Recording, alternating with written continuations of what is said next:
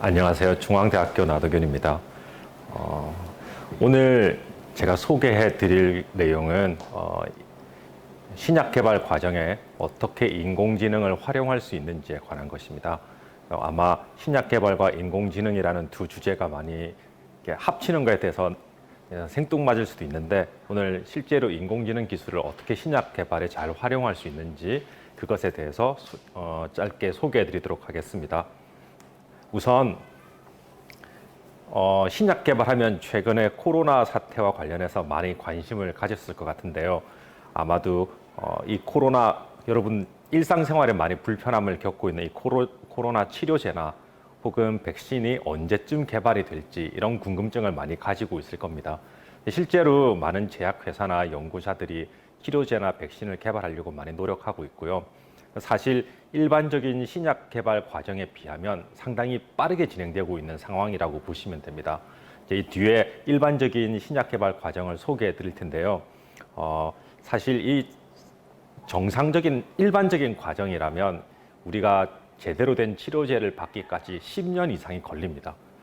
그러나 지금은 약간 긴급한 상황이다 보니까 많은 연구 역량이 집중되고 있고, 정부에서도 허가를 좀 잘 내주는 이런 상황이다 보니까 치료제가 좀 빨리 나올 수 있는 환경이 조성되어 있긴 한데요. 이제 어떻게 하면 우리가 사실 이번에 코로나뿐만 아니라 앞으로도 이런 질병들은 계속 생겨날 텐데, 그때마다 치료제가 빨리 개발되면 참 좋겠다는 생각을 하실 겁니다. 그래서 사람들이 실제로 약을 빨리 개발할 수 있는 여러 가지 기술들을 개발하고 있고요. 그 중에서 가장 많이 주목을 받고 있는 기술이 인공지능 기술입니다. 그래서 오늘 소개해 드릴 내용은 우선 일반적으로 신약이 어떻게 개발되는지, 그리고 실제로 약을 만드는데 어느 정도의 비용과 시간이 걸리는 건지, 이런 것에 대해서 먼저 소개해 드리도록 하겠습니다. 그래서 우선 약이 어떻게 작동하는지에 대해서 잠깐 이해하실 필요가 있는데요.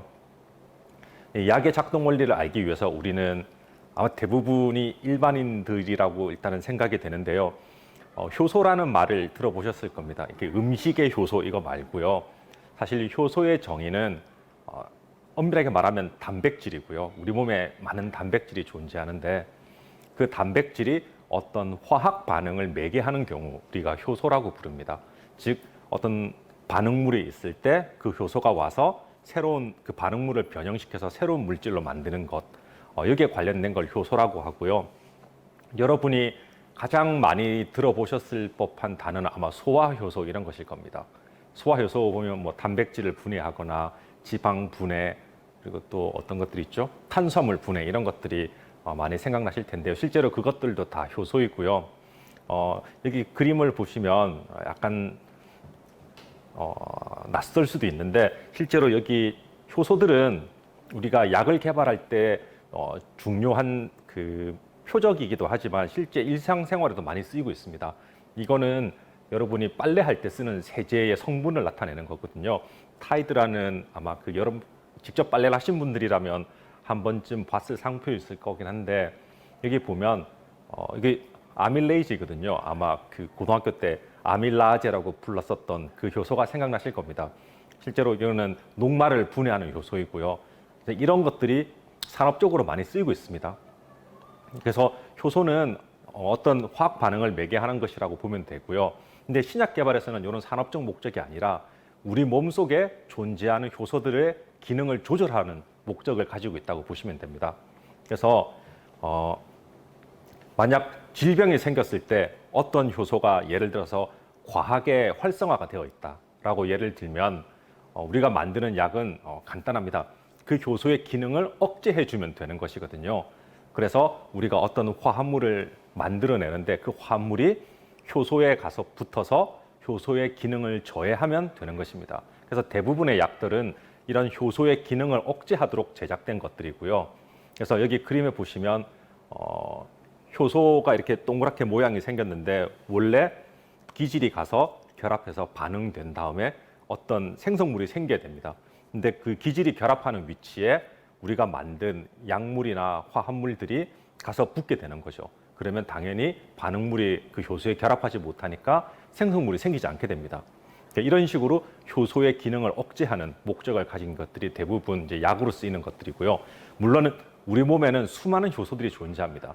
여러분이 밥을 먹었을 때 아까 그 아밀라제처럼 탄수화물을 이렇게 포도당으로 바꾸는 효소들도 필요하고요. 우리 세포들이 복제하기 위해서 DNA도 필요하니까 그런 포도당으로부터 DNA를 만들거나 여러 가지 대사산물을 만드는데 많은 수의 효소들이 필요합니다. 그리고 그 외뿐만 아니라 세포가 주변 환경에 감지해서 서로 연락을 주고받을 수가 있거든요. 그때 이제 외부에서 온 신호를 내부에서 처리할 때, 요럴 때 쓰는 여러 가지 효소들도 존재하게 됩니다. 근데 이런 기능들이 망가지게 되면 우리가 보통 이제 질병이라는 상태에 존재하게 되는 것이거든요. 그래서 이제 이런 효소의 기능을 조절하도록 우리가 어떻게 잘 화합물을 설계하는가, 이게 신약 개발에서 매우 중요한 요소라고 보시면 됩니다.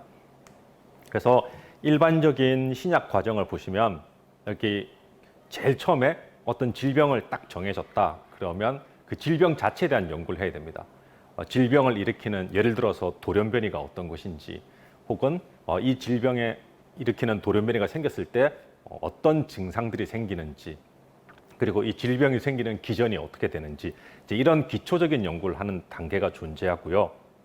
그리고 그 기초 단계가 끝나게 되면 이제 어떤 효소를 우리가 조절했을 때 질병의 증상을 완화시킬 수 있는지를 알아낼 수 있게 됩니다. 즉, 그 대상이 되는 효소를 우리가 보통 표적이라고 부르거든요. 그래서 표적 단백질이라고 부르는 요 표적들을 찾아내게 됩니다. 기초 연구를 통해서. 그래서 표적이 딱 정해지면 그 다음 하는 일은 이전 슬라이드 보여드렸듯이 여기 그 효소의 기능을 억제할 수 있는 화합물들을 설계하는 것입니다.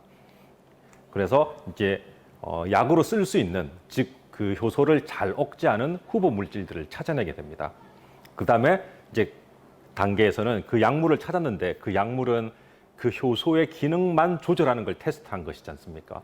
그러면 실제로 우리 몸은 딱 효소 하나로 존재한 것이 아니라 수많은 효소들이 존재하고 그 수많은 세포들이 상호작용을 하는 관계에 있습니다.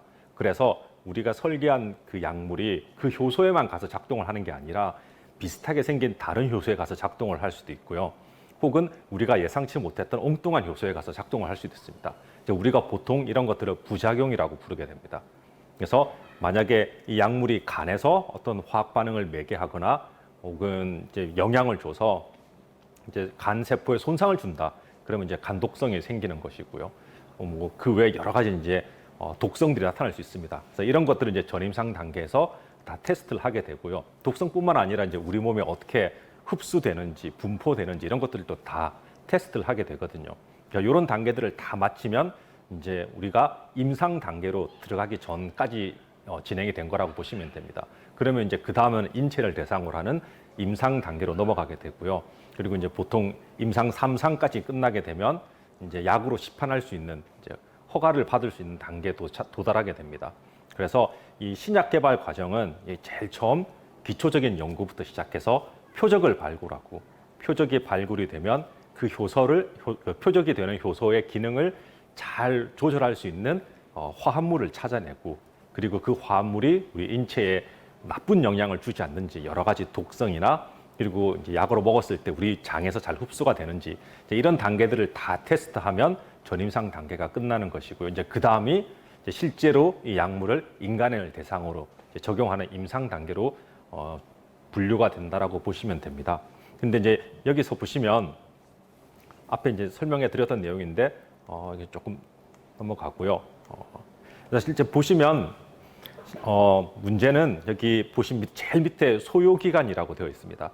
그래서 제일 처음에 기초 연구를 제외한 소요기간이거든요. 그래서 표적이 되는 효소를 찾아낸 다음에 그 다음에 일어나는 일들이라고 보시면 됩니다. 그래서 제일 처음에 그 효소의 기능을 조절할 수 있는 화합물을 찾는 과정, 이게 보통 한 4, 5년 정도 걸리고요. 그리고 이제 이때 사람들이 이제 실험으로 그 효소의 기능을 바꿀 수 있다라는 걸 입증해야 되니까 이제 보통 어떤 화합물들 테스트하게 되냐면 이제 사람들이 잘 선별한 한 10,000여 개 정도의 화합물들을 테스트하게 됩니다.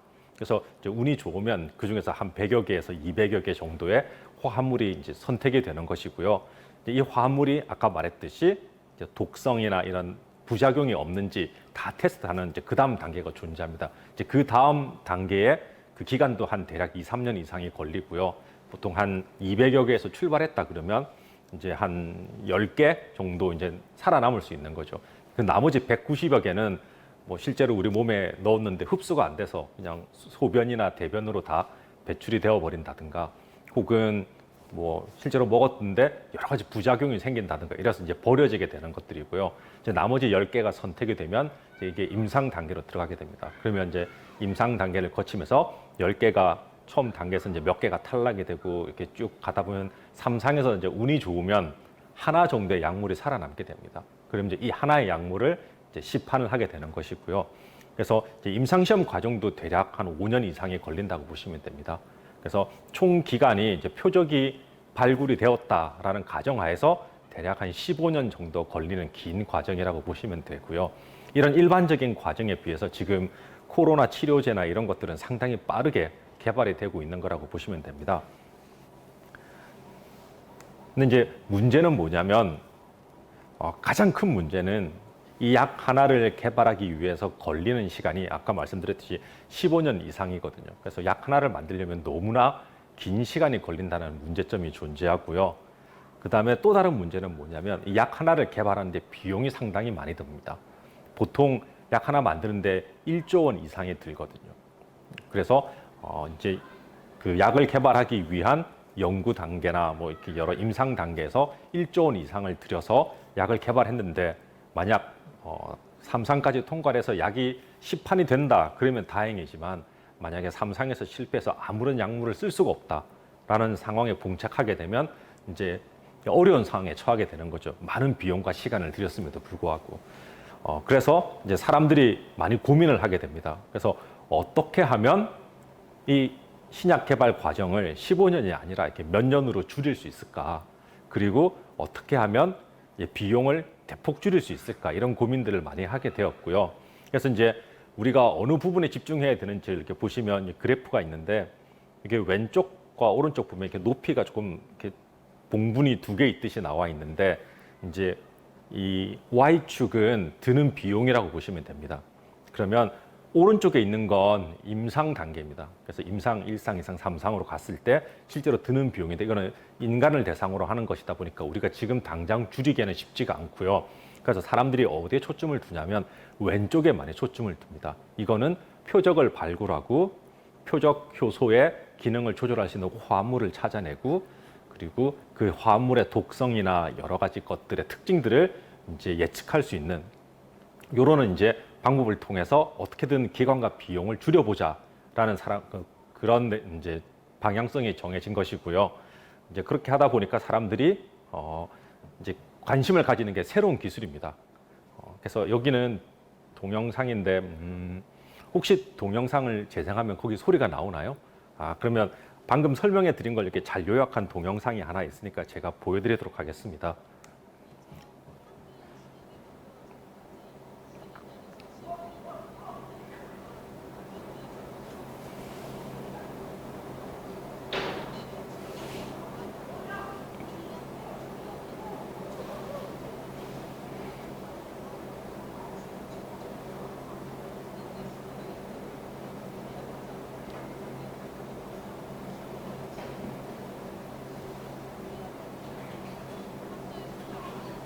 네.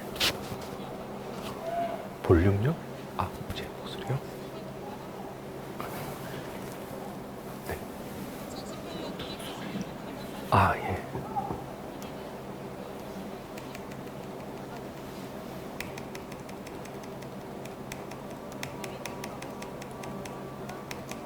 예. 가 9조 원이 넘게 매출을 냈고요. 로슈의 표적 항암제 리토산 약 9조 원, 역시 로슈의 유방암 치료제 허세틴이 8조 5천억 원의 매출을 달성하며 4위를 기록했습니다. 그리고 존슨앤존슨의 자가 면역 질환 치료제 레미케이드가 6조 9천억 원을 벌어들이고, 역시 암젠의 자가 면역 질환 치료제 엠브렐이 6조 5천억 원 가량을 벌어들였습니다. 이처럼 인기가 많고 연간 매출액이 10억 달러, 하나로 약 1조 이상 달성하는 약을 블록버스터 신약이라고 부릅니다. 그런데 화학의약품의 경우 구조가 단순해서 화학식이 있으면 똑같이 복제가 가능합니다. 복제약의 경우 오리지널 약과 비교해서 동일한 효과가 나타나는 것을 입증하며 허가가 나기 때문에 10억에서 50억 정도면 개발을 할 수 있습니다. 신약을 내놨는데 시장에 똑같은 약이 나와서 저렴하게 시장에 유통이 된다면 과연 누가 신약을 개발한다고 할까요?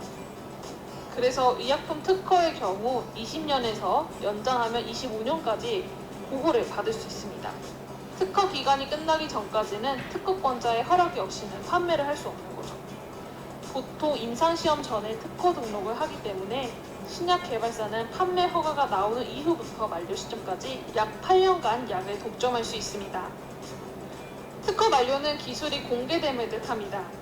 특허 기간이 만료되는 시점을 기준으로 복제약 판매가 가능해지는데요. 인기가 많았던 신약일수록 많은 제약사들이 복제약을 개발해놓고 특허 기간 만료 시점만을 기다리게 됩니다. 그렇다면 특허 만료 후에는 어떻게 될까요? 머크사의 바이토리는 고지혈증 치료제로 개발되어 2004년 미국 FDA 허가를 받은 블록버스터 약입니다. 그런데 2016년 특허 만료 시점을 기점으로 시장에 복제약도 출시되고 가격 인하도 실시되면서 연간 큰 폭으로 매출이 하락한 것을 확인할 수 있습니다. 신약 개발은 거대 자본과 기술과 시장의 규모가 필수 요소이기 때문에 시장과 자본이 있는 국가가 경쟁력을 가질 수밖에 없는 구조로 자리 잡았습니다. 블록버스터 신약의 성공으로 부를 축적한 제약사는 또 다른 블록버스터의 탄생을 위해서 막대한 금액을 투자하고 공격적인 인수합병을 네, 잘 보셨나요? 이게 보시면 아까 우리나라 제약회사들의 연간 매출 규모가 나왔었는데 아까 말씀드렸듯이 신약 개발을 위해서 상당히 많은 비용이 들다 보니까 시장이 작고 매출액이 적은 우리나라 제약사들 입장에서는 리스크를 감수할 만큼 그런 여건이 잘 안 되긴 합니다. 그래서 우리나라에서는 이렇게 신약을 개발하기에는 조금 어려운 환경이라고 보시면 되고요. 그러다 보니까 규모가 큰 이런 제약회사들이 주로 이렇게 대부분의 시장을 독점하고 있는 형태에 있습니다. 이건 이제 일반적인 신약인 것이고, 근데 문제는 또 뭐냐면 질병이 매우 연구하기 어렵거나 혹은 워낙 양상이 복잡해서 우리가 치료제를 개발하기 어려운 경우가 존재합니다. 이런 경우에는 이제 앞서 말씀드린 비용보다 훨씬 많은 비용이 소비되게 되고요. 그리고 기간도 훨씬 길어지게 됩니다. 이제 그 대표적인 예로 알츠하이머라고 보시면 되고요. 이제 알츠하이머의 질병 그 대표적인 증상 중 하나가 이제 여러분이 잘 아시는 치매인 것입니다. 그래서 실제로 보시면 이 그래프는 미국에서 이제 사망률을 보여준 건데 1위와 2위는 심장 질환과 암입니다. 이건 우리나라도 비슷하고요. 근데 의외로 알츠하이머병이랑 그 파킨슨병이 5위와 13위로 되어 있습니다. 이 둘은 퇴행성 뇌질환이거든요. 이제 뇌에 문제가 생겨서 발생하는 질병인데 이 사망률이 계속 증가하고 있습니다. 그 이유는 뭐냐면 고령화가 계속 진행되고 있기 때문에 노인분들의 인구수가 계속 증가하고 있고요. 그리고 이제 이런 퇴행성 뇌질환 같은 경우에는 이제 나이가 들었을 때 많이 발병을 하게 됐고요. 특히 이제 우리나라 같은 경우에는 60세 이상의 분들 중에서 대략 10분의 1 정도가 알츠하이머와 관련된 질병을 앓고 있다고 알려져 있습니다. 그러다 보니까 사실 환자들이 상당히 많거든요.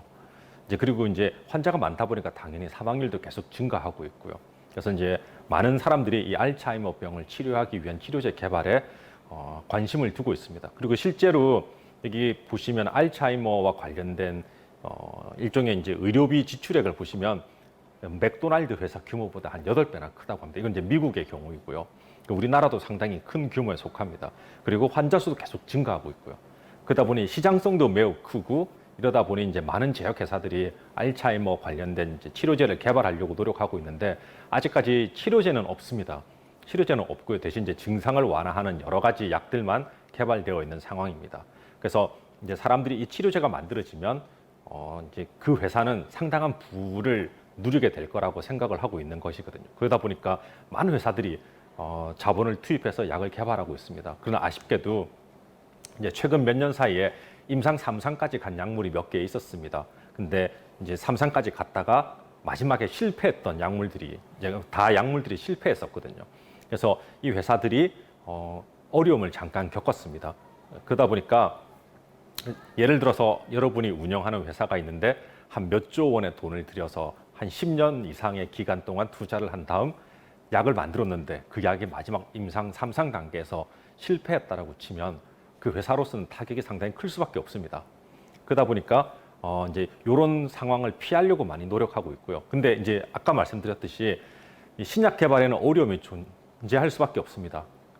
그리고 이 어려움을 해결하면 이제 시장을 독점할 수 있으니까 상당히 큰 이제 그 수익을 올릴 수가 있는 장점이 있거든요. 그러니까 이 위험을 감수하면서라도 어떻게든 이 시장을 확보하려고 하는데 질병이 어려우면 어려울수록 이 위험은 커지는 반면에 이제 뒤에 누릴 수 있는 과실은 점점 어려워지는 문제점이 발생합니다. 그래서 사람들이 이제 새로운 기술에 눈을 들이게 되고요.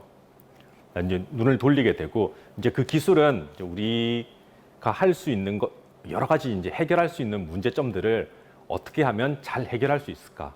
이런 것들을 도와주는 기술이라고 보시면 되고요. 이제 이런 기술들은 아까 말했듯이 시간과 그다음에 비용을 줄여줄 수 있고 그리고 이제 가능한 한 정확도도 높으면 좋겠죠. 그래서 무조건 임상 3상을 통과할 수 있는 약물들을 잘 선별해낼 수 있는 기술이 있다면 물론 매우 좋을 것입니다. 그래서 사람들이 이제 새로운 기술에 관심을 가지게 된 것이고요. 이제 이런 경우 사람들이 최근에 인공지능 분야에 관심을 가지게 되었습니다. 이제 인공지능은 정확한 의미로 우리가 사실 인공지능이라고 쓰기엔 조금 적합하진 않은데 인공지능의 정확한 의미는 여러분이 그 만들어진 뭐 프로그램이든 뭐 로봇이든 여러분이 대화를 나누거나 의사소통을 했을 때 인간과 똑같이 생각하고 반응할 수 있는 그런 존재를 인공지능을 가졌다라고 얘기하는 것이고요. 이제 영화 보면 이제 이런 것들이 많이 나오죠. 영화에 나오는 로봇들은 스스로 생각하고 어떤 것을 결정할 수 있는 이런 능력들을 가지고 있는 것처럼 묘사가 되어 있거든요. 근데 현재 기술로는 아직 인공지능까지는 가지 못했고요. 그래서 현재 우리가 인공지능이라고 부르는 건 사실은 기계학습으로 만들어진 것들이라고 보시면 됩니다.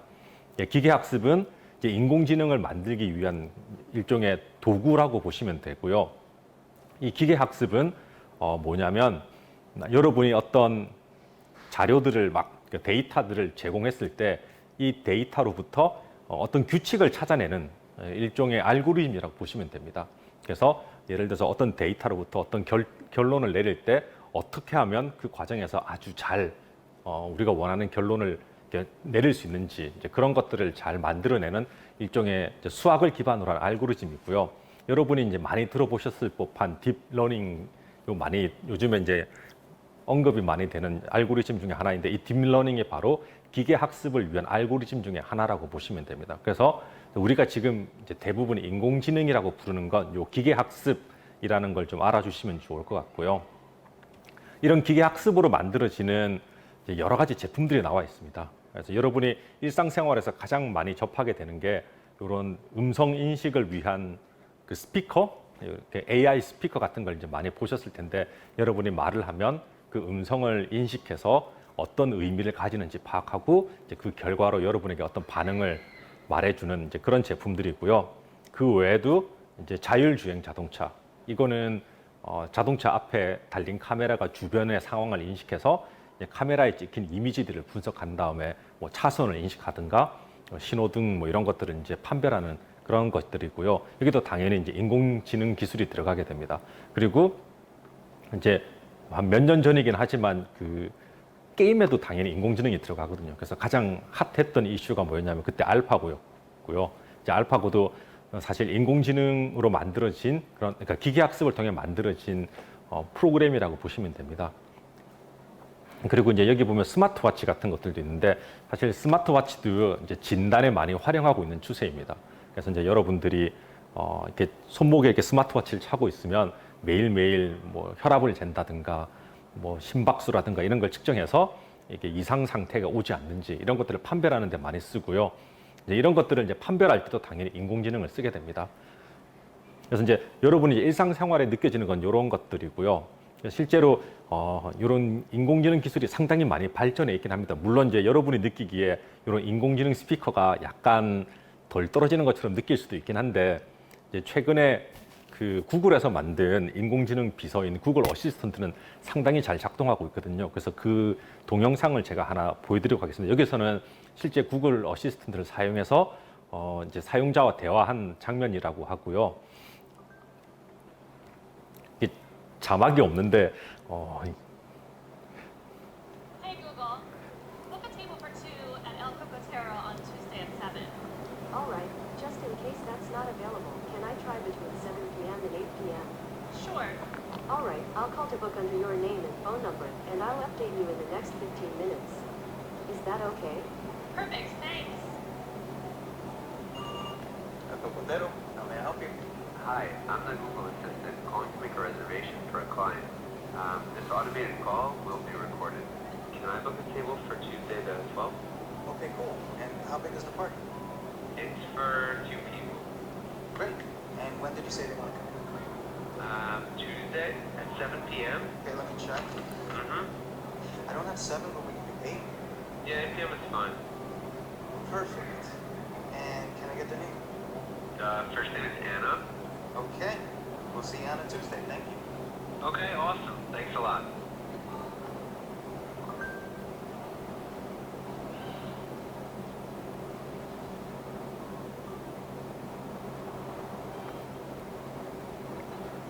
And for two. Right this way.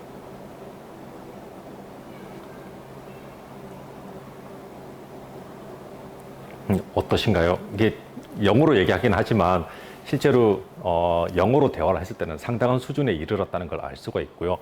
이제 이게 인공지능 그러니까 비서인지 모르는, 그러니까 처음에 이 기술이 공개됐을 때 아마 몇 년 전이었는데 그때 이제 구글 iO에서 공개가 됐을 때 실제로 이 인공지능 비서가 그때 아마 미용실이었을 것 같은데 잘 기억은 안 나는데 실제로 이 프로그램이 전화를 걸어서 예약을 하는 장면이 나왔었습니다. 그때는 본인이 이제 여기 동영상에는 자기가 구글 어시스턴트라고 얘기를 하는데 그 당시에는 자기가 누군지 얘기하지 않았었거든요. 근데 상대방이 기계가 얘기를 했는지 안 했는지 전혀 알아차리지 못할 정도로 일상적인 대화를 하면서 이제 예약을 해주는 그 장면이 나왔었습니다. 이제 그때 이제 약간 문제가 돼가지고 여기서는 이제 자기가 구글 어시스턴트라고 꼭 얘기를 하는 걸로 바뀌긴 했었거든요. 그러니까 그 정도로 이제 많이 발전한 상황이라고 보시면 됩니다. 그래서 인공지능 기술이 이렇게 많이 발전하다 보니까 당연히 이렇게 발전된 기술을 신약 개발에도 쓸 수 있지 않을까라고 사람들이 많이 생각을 한 것이었고요. 그래서 실제로 이런 인공지능 기술을 사용하면 신약 개발에 많은 도움을 줄 수 있을 것이다 라고 여겨서 이 기술을 최근에 많이 개발하고 있는 추세라고 보시면 됩니다. 근데 이제 어떻게 인공지능을 활용하느냐 이걸 이해하시려면 아까 말씀드린 기계학습의 원리를 잠깐 아셔야 되는데 여기 아주 짧게 소개를 해드리도록 하겠습니다. 여기는 이제 이미지를 분석하는 경우를 예로 들면 여러분이 왼쪽에 사진을 딱 봤을 때 아주 단순하게 잘생긴 사람인지 못생긴 사람인지 구분하는 경우라고 이제 예를 들면 여러분은 딱 얼굴을 봤을 때 여러 가지 특징들을 분석해낼 수 있습니다. 예를 들어서 이 사람의 헤어스타일이 어떤지, 눈과 눈 사이의 거리가 얼마나 되는지, 코는 얼마나 높은지, 뭐 입술은 어떤 모양인지, 키는 얼마나 되는지, 뭐 이런 특징들을 여러분이 빠르게 여러분 뇌에서는 일어나게 되고요, 분석이. 그래서 최종적으로 이 사람이 잘생겼구나라는 걸 단 0.1초도 안 되는 시간에 이제 판단을 내리게 되는 것입니다. 근데 이 과정을 이제 비슷하게 기계가 수행한다라고 보시면 되고요. 이 기계는 이제 이런 사진이 주어졌을 때 이 사진으로부터 여러분이 뇌에서 일어났던 것처럼 여러 가지 특징들을 뽑아내게 됩니다. 그래서 헤어스타일이라든가 뭐 이런 여러 가지 코의 높이 등등을 뽑아내게 되고요. 특징들을 뽑아내다 보면 여기 보면 신발 상표 이런 것도 뽑아낼 수도 있거든요. 근데 사실 이제 이런 여러 가지 특징들 중에서 이 사람이 잘생겼나 못생겼냐를 판단하는데 사실 신발 상표는 의미가 없습니다. 그래서 이런 여러 가지 특징들 중에서 실제로 이 사람이 잘생겼냐 아니냐를 구분하는 데 필요한 특징들을 먼저 뽑아낼 수가 있고요. 그런 특징들을 기반으로 여러 가지 연산들을 하게 됩니다. 여기 이제 두 가지 예를 보여드리고 있는데 첫 번째는 예를 들어서 이제 여러분이 이해하기 쉽게 3차 공간에서 세 가지 특징들의 값을 점으로 찍는다라고 했을 경우 이제 잘생긴 사람과 그렇지 않은 사람을 점을 찍다 보면 이렇게 둘을 나눌 수 있는 어떤 평면이 존재할 수도 있고요. 물론 이제 곡면일 수도 있습니다. 그렇게 되면 우리가 그 평면을 잘 찾아내면 이제 이 평면을 기준으로 왼쪽은 예를 들어서 못생긴 사람, 오른쪽은 잘생긴 사람 이렇게 구분할 수가 있는 것이죠. 그리고 이제 여기는 인공신경망이라 그래서 이런 특징들 간에 여러 가지 연산들을 하게 됩니다. 그렇게 해서 최종적으로 이렇게 아웃풋 레이어라고 되어 있는 곳에서 이 사람이 잘생겼느냐 혹은 못생겼느냐를 수치적으로 나타내는 것이고요. 이 중간 과정에서는 다 학습에 의해서 이제 연산하는 그 값들이 최적화가 되게 됩니다. 그래서 이 과정을 통해서 이제 이 중간 과정이 학습이 되면 이제 일종의 모델이 만들어지는 것이고요. 이 모델을 통해서 우리가 어떤 이미지를 주어지게 되면 이제 자연스럽게 그 이미지를 분석해서 이제 이 사람이 잘생겼냐 못생겼냐를 판단하게 되는 것이라고 보시면 됩니다. 이제 이런 거와 똑같이 개와 고양이 사진도 나눌 수가 있는 것이거든요. 근데 이제 개와 고양이나 이런 거 딱 봤을 때 이거를 구분을 못하는 사람은 없습니다. 다 보면 이제 이건 개구나 고양이구나라고 구분하시는데 딱 보고 이 프로그램이 그러니까 일종의 그 아까 그 딥러닝이나 이런 것처럼 알고리즘이 이 둘을 구분하려면 특징들을 찾아내야 되는데 특징들을 찾아내기가 쉽지는 않습니다. 그래서 이제 이 특징들을 찾아서 학습하도록 만드는 것이고요. 이렇게 만들어진 특징들은 사실 어느 게 골라졌는지 그리고 그 사이에 어떤 연산이 일어나는지는 우리가 잘 모릅니다. 워낙 복잡한 연산이 이루어지기 때문에. 그래서 사실 요 안은 거의 블랙박스에 가깝고요. 어쨌든 여러분의 사진을 주어주면 알아서 학습이 되었기 때문에 결국 이건 개의 사진이구나, 이건 고양이의 사진이구나 이렇게 판별을 해주는 현재 상황이라고 보시면 되고요. 이제 이럴 때 쓰는 게 기계학습입니다. 이제 이런 것처럼 마찬가지로 어떤 화합물이 약효가 있는지 혹은 없는지 아니면 뭐 독성이 있는지 없는지 부작용이 있는지 없는지를 판단할 때 이런 화합물의 여러 가지 특징들을 이용하게 됩니다. 그래서 예를 들면 이런 화합물이 있다라고 쳤을 때 이 화합물의 예를 들어서 탄소의 개수가 몇 개인지 그다음에 친수성이나 소수성이 어떻게 되는지 분자량의 크기는 얼마나 되는지 뭐 수소 결합이 얼마나 있을 수 있는지 이런 여러 가지 특징들을 다 계산할 수 있습니다. 그럼 이런 계산된 특징들을 바탕으로 아까와 같은 요 연산들을 하게 되는 것이고요. 이 연산을 거치게 돼서 최종적으로 이 화합물은 약효가 있다 혹은 없다 아니면 독성이 있다 없다 이걸 판별해주는 모델을 우리가 만들어낼 수가 있습니다. 그러면 우리가 이런 여러 가지 화합물들을 쭉 넣어주면 이 프로그램은 빠르게 이 화합물은 독성이 있구나 없구나 이렇게 계산을 해주는 것이고요. 이런 목적으로 이제 인공지능을 많이 쓰게 됩니다. 그래서 이제 인공지능을 쓰는 여러 분야가 있는데 사실 신약 개발에 인공지능만 쓰는 건 아닙니다. 사실 인공지능이든 아니면 다른 뭐 통계를 이용한 방법이든 뭐 다른 여러 가지 수학을 이용한 방법이든 이제 컴퓨터를 이용했을 경우 계산 속도가 워낙 빠르기 때문에 어떤 걸 예측해 줄 수만 있다면 그 실험을 대신할 수 있는 어떤 우리가 그런 프로그램들을 개발할 수가 있습니다. 이게 이제 내부적으로는 인공지능이 될 수도 있고요. 아니면 이제 다른 기술이 될 수도 있지만 어쨌든 이런 컴퓨터 기술을 활용하게 되면 이제 가상으로 컴퓨터 안에서 여러 가지 실험을 대체한다라고 보시면 됩니다. 그래서 이제 할 수 있는 게 예를 들어서 제일 첫 단계인 표적 단백질을 찾아내는 것 이런 과정들을 컴퓨터로 계산할 수가 있게 되고요. 그리고 표적을 찾았다라고 하면 이제 그 다음에는 이제 표적을 당연히 확인하겠죠. 정말로 이 표적이 맞는지 실험을 통해서 확인을 하게 됩니다. 그리고 표적이 정말 검증이 되었다. 그러면 이 표적에 대해서 이제 여러 가지 화합물을 넣어주게 되는 거죠. 가상으로. 그래서 그 가상으로 한 계산을 통해서 이 표적에 가장 맞는 화합물은 어떤 것인지 여러 가지들을 이제 디자인할 수 있게 됩니다. 그리고 디자인된 화합물들을 실제로 실험을 통해서 테스트해 볼 수도 있고요. 그리고 이제 그 다음 단계는 이렇게 디자인되는 화합물이 실제로 우리 몸에 여러 가지 독성이 있을지 없을지 뭐 이런 것들을 이제 예측하게 됩니다.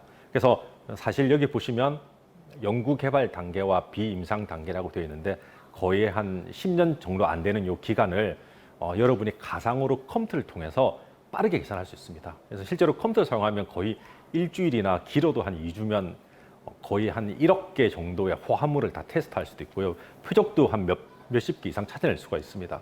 그래서 이런 과정들을 컴퓨터에 딱 하게 되면 사실 기존에 한 10년 걸리는 실험을 단 2주나 3주 정도로 줄일 수 있는 거고요. 이제 그 다음 해야 되는 거는 이렇게 계산된 결과가 정말로 맞는지 일종의 검증하는 실험만 하면 됩니다. 그래서 예를 들어서 여러분이 처음에 표적 발굴부터 다 실험을 통해서 한다 그러면 정말 많은 시간이 들어가게 되거든요.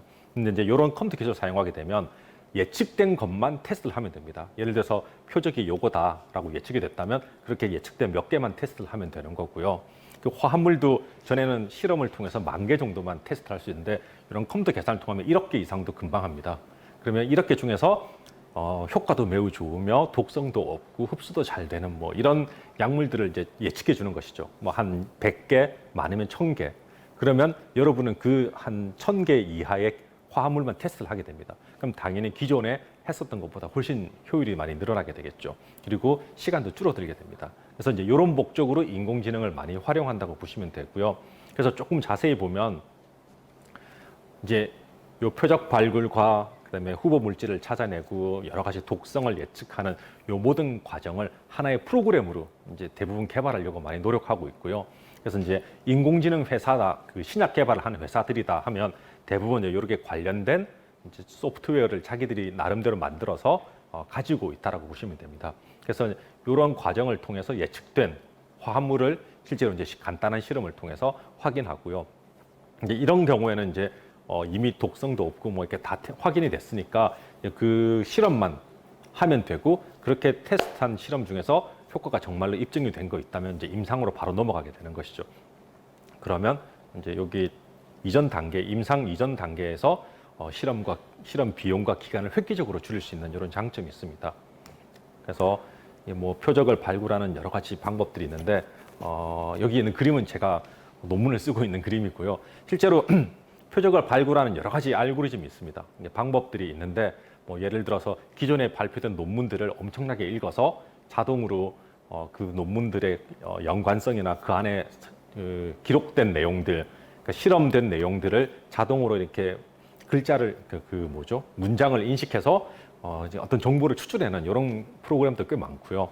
그리고 기존에 여러 가지 실험을 통해서 이렇게 밝혀진 내용들이 상당히 많습니다. 이런 것들을 다 종합해서 이 질병에는 이런 표적이 좋겠구나 이런 걸 찾아내는 프로그램들이 상당히 많이 나와 있고요. 그리고 이제 이런 것들은 보통 돌아가는데 오래 걸리지 않습니다. 길어야 한 며칠이면 되고요. 그래서 이제 표적을 발굴하는 시간이 상당히 빨라졌다라고 보시면 되고요. 그리고 이제 표적이 정해지면 유효 화합 물질을 찾아내야 되는데 사실 크게 두 가지 방법으로 나눌 수 있습니다. 하나는 이제 기지를 중심으로 학습하는 방법들이 있고요. 예를 들어서 이런 표적에는 기존에 이런 화합물이 효과가 있다라는 게 알려져 있으면 이제 그런 기존의 화합물들을 바탕으로 학습을 하게 됩니다. 그래서 이 화합물과 기능은 유사해야 되니까 이제 구조적으로 유사하지만 그래서 효과를 좀 더 높이기 위해서 다른 약간의 이제 화합물의 구조가 변형된다든가 혹은 기존에 특허들이 나와 있다면 이 특허들을 회피하기 위한 구조들은 어떻게 생성해야 되는가 이런 것들을 다 고려해서 이제 자동으로 만들어지는 이런 인공지능 모델들도 나와 있고요.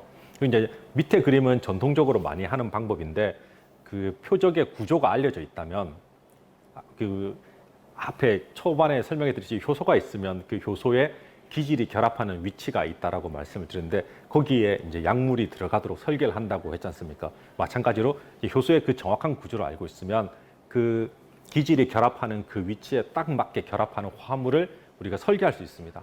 물론 이제 이게 100% 정확하진 않은데 어쨌든 이런 가상의 컴퓨터 내에서 이제 화합물이 그 표적 단백질과 얼마나 잘 결합할 수 있는지 이런 것들을 계산해서 어떤 화합물이 효과가 좋을지 예측할 수 있는 방법들도 있습니다. 이때는 이제 인공지능을 쓰진 않지만 이제 우리가 보통 이제 이런 화합물 간의 반응 혹은 결합력을 가지고 계산을 하게 됩니다. 그래서 이렇게 찾아낸 다음에 이제 뭐 여러 가지 독성들을 예측하는데 아까 그 기계학습에서 간략하게 소개해드렸듯이 화합물의 여러 가지 이제 물리화학적 특징들을 바탕으로 독성이 있는지 없는지 이걸 이제 판별하게 되게 됐고요. 그래서 이제 가장 사람들이 많이 관심을 가지고 있는 게 간독성입니다. 간독성은 이제 여러분이 약을 먹었을 때 간에 손상을 입히게 되는지 그 여부를 판단하는 것이고요. 실제로 여러분이 먹는 많은 물질들이 간에서 일단 대사가 되는 경우가 많습니다. 그래서 여러분이 먹었던 약물이 그대로 독성을 일으킬 수도 있지만 간에서 다른 걸로 변화해서 독성을 일으킬 수도 있습니다. 그래서 이제 그걸 테스트하는 거라고 보시면 되고요. 이제 그 다음에 또 사람들이 관심 많은 건 이제 심장 독성입니다. 약을 먹었을 때 이제 심장에 존재하는 심장이 이제 여러 가지 신호를 주고받으면서 이게 딱 그 싱크가 맞게 이렇게 심장 박동이 일어나는데 이 화합물들이 가서 신호 전달을 방해하게 되면 이제 불규칙적으로 움직인다든가 뭐 심장 마비가 올 수 있다든가 여러 가지 부작용이 있을 수 있습니다. 그래서 이런 걸 테스트하는 게 있고요. 그거 외에도 뭐 성호르몬에 관련된 여러 가지 이제 부작용이 나타나는 경우도 있고요. 특히 이제 알츠하이머 같은 경우에는 이제 약을 먹었을 때 제일 먼저 우리가 구강 투여를 했을 경우 제일 먼저 장에서 흡수가 돼야 됩니다. 그래서 약물은 당연히 장에서 흡수되는지를 확인해야 되고요. 요 장에서 흡수되는지를 확인하는 또 인공지능 모델이 있습니다. 그리고 이제 뇌에 관련된 질병들을 다루고자 한다 그러면 치료제가 뇌막을 통해서 이제 뇌까지 전달돼야 됩니다. 그럼 이제 뇌막이 보통 이제 우리가 BBB라고 부르는데 거기를 투과할지 안 할지도 예측을 해야 됩니다. 이제 요럴 때 다 이제 인공지능 모델들을 쓰게 되는 것이고요. 요 과정은 이제 여러 가지 목적은 여러 가지가 있지만 다 동일하게 모델들이 만들어집니다. 기존에 알려진 데이터를 다 수집하고요. 그 데이터로부터 모델을 학습하는 것입니다. 그래서 이렇게 학습이 잘 된 것이면 당연히 정확도가 높을 것이고요. 그래서 이렇게는 그래서 이제 이런 일련의 그 예측 과정을 이제 소프트웨어로 개발을 하고 이 프로그램을 가진 회사들이 이제 보통 아까 말씀드렸듯이 이제 인공지능 신약 개발 회사들이라고 많이 부르고요. 이제 전 세계적으로 이제 많이 있습니다. 여기 보시면 이제 여기 드럭 디스커버리 분야에 나눠져 있는 이런 회사들이 다 이제 저런 인공지능을 기반으로 빠르게 약을 디자인해주는 업체들이라고 보시면 되고요. 그래서 이제 보통 이 업체들이 단독으로 약을 개발하지는 않습니다. 왜냐하면 상대적으로 아까 말씀드렸듯이 그 신약 개발하기 비용이 워낙 많이 드니까 이제 기존에 규모가 있는 제약회사랑 이런 인공지능 회사랑 같이 협업을 통해서 이제 한쪽에서는 약을 디자인해 주고요. 그러면 이제 제약회사에서는 그 약을 테스트하고 그리고 만약 결과가 안 좋으면 다시 피드백을 줘서 모델을 좀 더 좋게 향상시켜서 다시 이제 예측을 하고 이런 과정들을 보통 많이 거치게 되고요. 이제 이런 과정을 통해서 이제 신약을 개발하는 추세로 계속 변해가고 있습니다. 그리고 여기 보시면 이제 이게 스탠다임 같은 경우는 이제 우리나라 회사이고요. 우리나라 회사 중에서는 이제 우리나라에도 인공지능으로 신약을 개발하는 회사들이 꽤 있고요. 이제 그 중에 하나 이제 규모가 좀 있는 회사가 이 회사입니다. 그 외에는 이제 대부분 다 외국 회사이고요. 이제 우리나라 정부도 당연히 이제 인공지능에 많은 관심을 가지고 있습니다. 그래서 아까 말씀드렸듯이 이런 인공지능 회사들은 이제 표적 발굴부터 뭐 이렇게 유효 화합물을 찾아내고 독성 여부까지 다 할 수 있는 요 시스템을 개발하려고 가지고 있다고 했지 않습니까? 그럼 당연히 정부에서도 우리나라 기업이나 이제 연구소나 이런 데서도 이제 그런 일종의 시스템을 이제 구비하길 원해서 이제 이제 그 연구를 도와주기 위한 여러 가지 과제들을 수행하고 있고요. 여기 뉴스는 이제 정부가 그때 이제 그런 신약 개발 관련된 시스템을 구축하는데 연구비를 지원하고 있다는 뉴스입니다.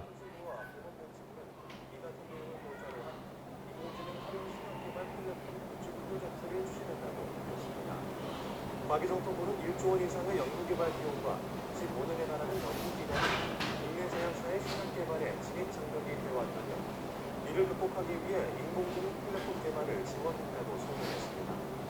정부는 인공지능 플랫폼이 개발되면 신약 개발 기간을 평균 15년에서 7에서 8년으로 줄일 수 있을 것으로 예상합니다.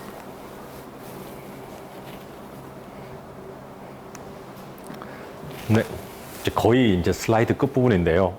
이제 인공지능을 이용하면 이렇게 빠르게 신약을 개발할 수 있다라고 말씀을 드렸는데 그러면 이제 신약 개발 과정이 다 빨라져야 되는 게 아닌가라고 생각을 하실 수도 있습니다. 근데 아쉽게도 요 인공지능 기술, 인공지능을 만드는 요 분야는 이제 막 시작한 분야이고요.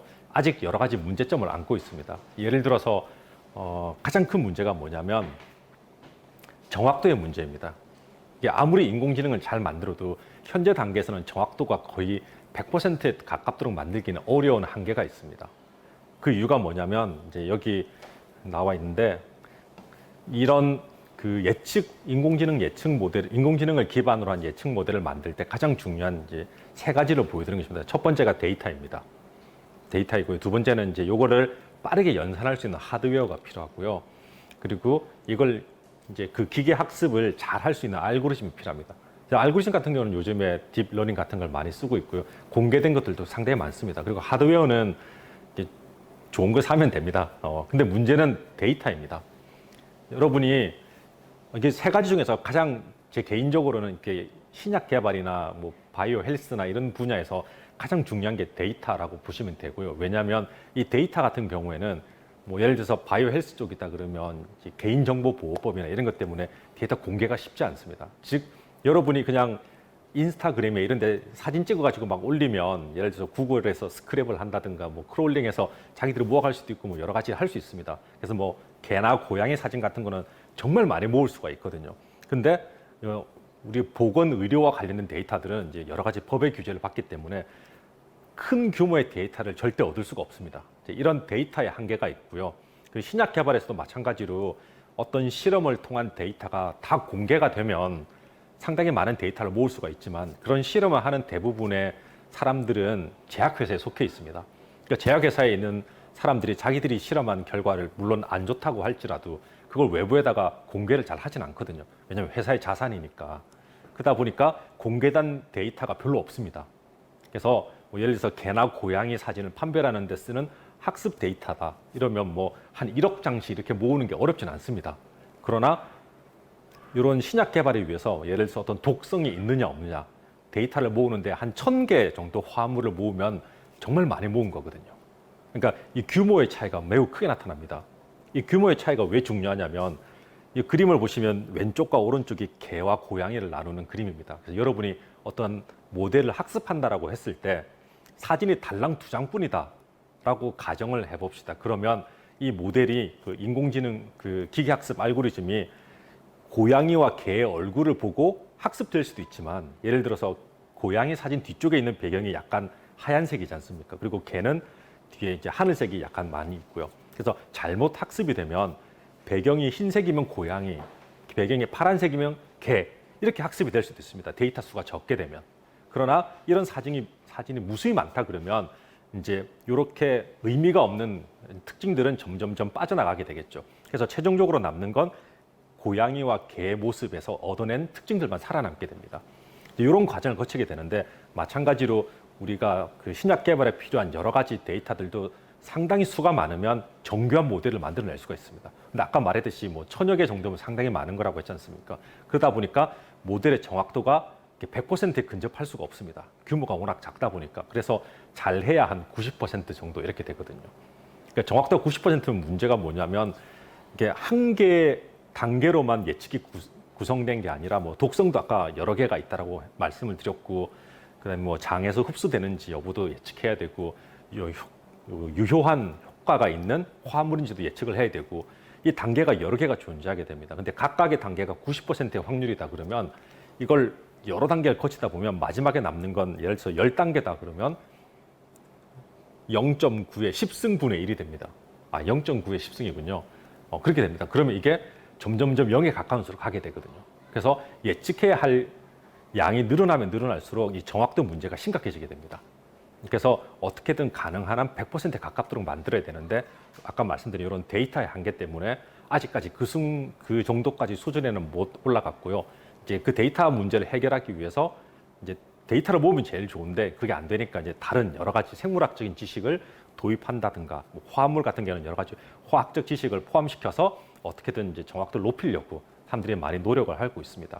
그래서 이제 요 그림은 이제 앞으로는 이제 기름이 아니라 이제 데이터가 이제 우리 여러 가지 회사의 운영에 매우 중요한 자산이 될 거라는 그림이고요. 사실 이런 이유로 구글이 계속 그런 여러 가지 데이터를 자기들이 모으고 있지 않습니까? 그래서 이런 데이터를 독점하고 있는 상황에서 구글 같은 경우에는 계속 성장할 수밖에 없고요. 이런 데이터를 못 가진 작은 회사들은 점점 도태될 수밖에 없는 이런 환경에 있다라고 보시면 됩니다.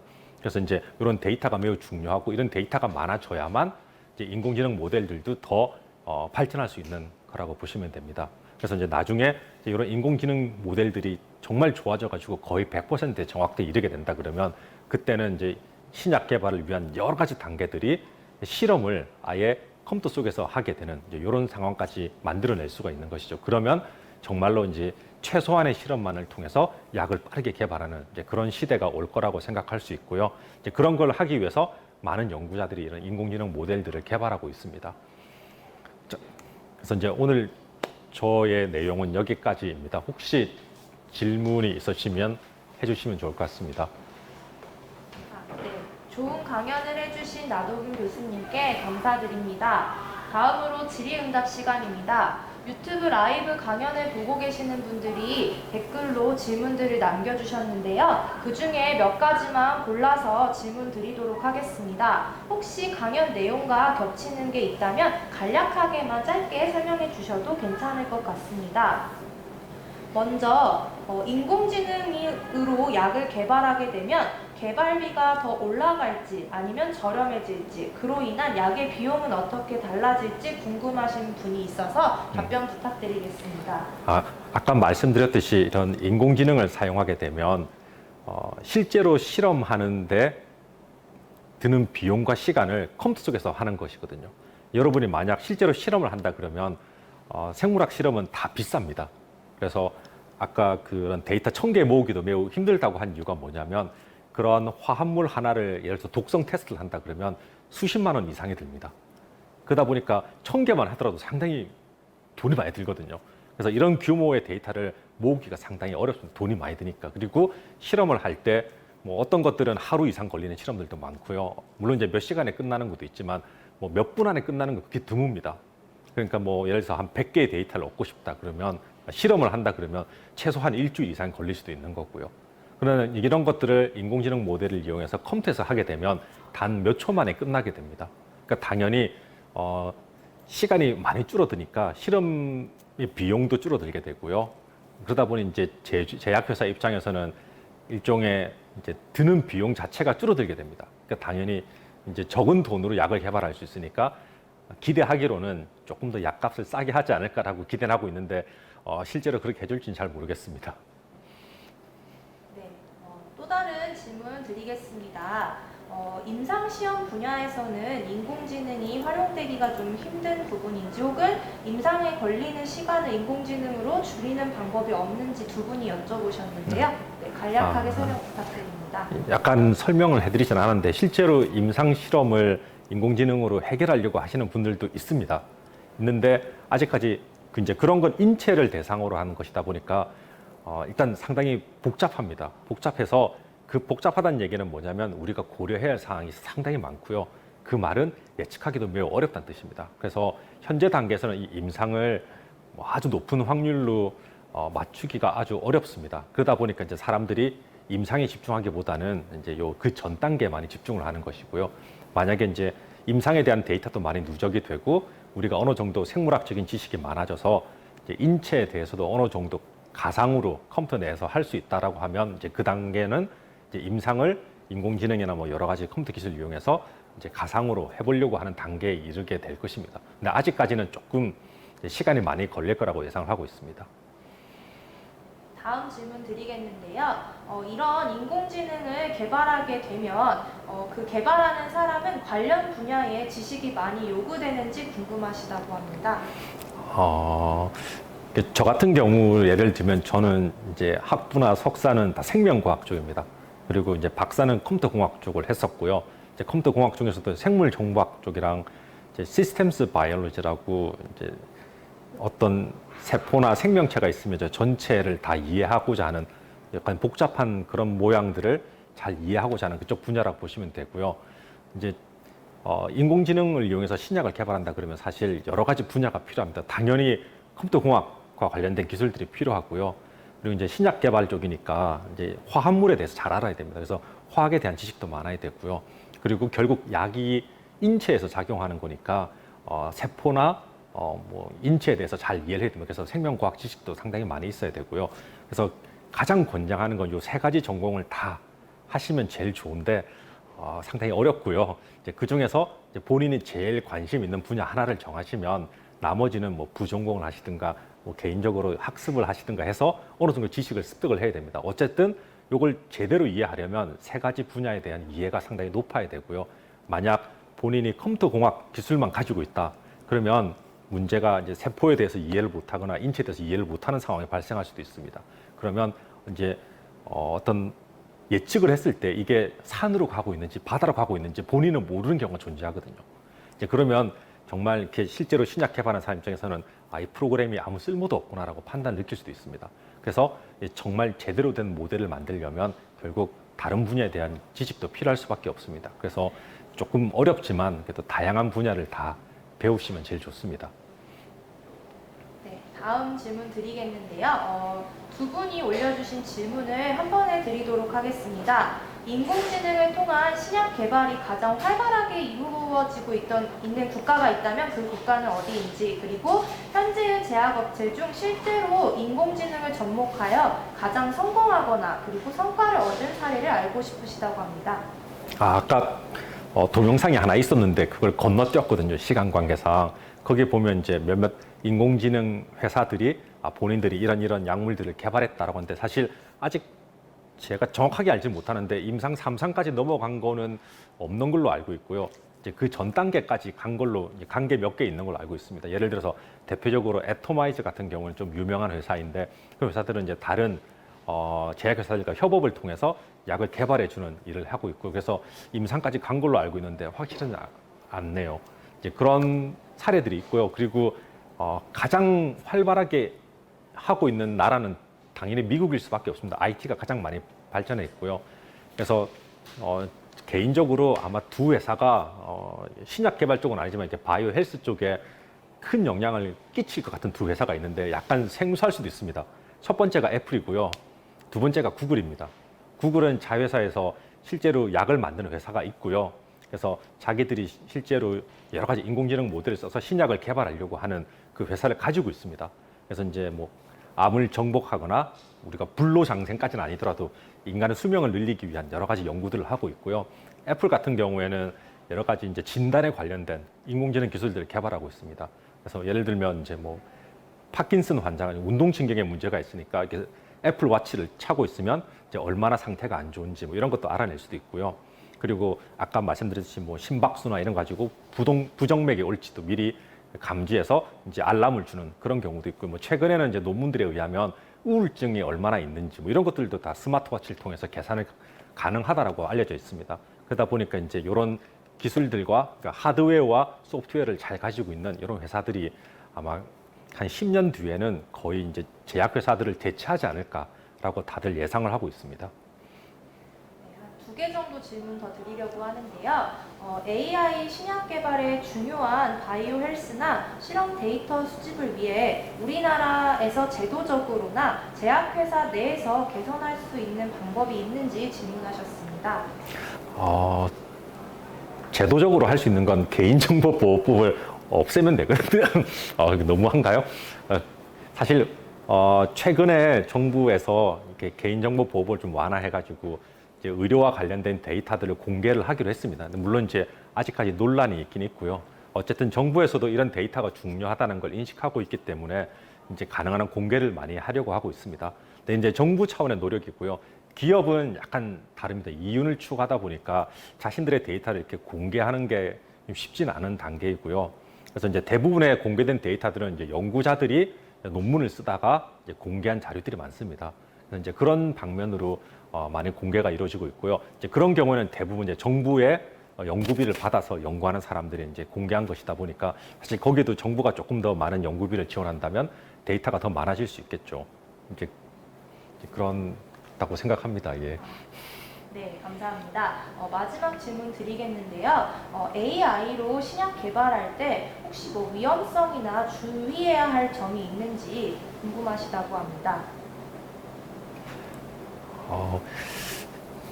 이건 그 위험성이라는 건 사실 여러분이 생각하시는 그 사고할 수 있는 인공지능 이런 것과는 완전히 차원이 다른 것이거든요. 그냥 단순히 어떤 문제를 주었을 때 그냥 문제에 해당하는 답을 찾아주는 프로그램일 뿐입니다. 그래서 사실 위험성은 없고요. 이제 위험성이라고 할 수 있는 그나마 한 가지는 이 정확도, 아까 말씀드린 그 정확도 문제입니다. 이 정확도가 매우 높지 않으면 결국 이런 인공지능 모델들을 계속 엮어서 쓰다 보면 전체적인 정확도는 떨어질 수밖에 없습니다. 그러면 이제 사실 이런 모델들이 필요 없다라고 생각하는 사람이 나타날 수도 있거든요. 그래서 이제 이런 정확도를 개선하는 게 상당한 급선무의 일이라고 보시면 됩니다. 네. 네, 감사합니다.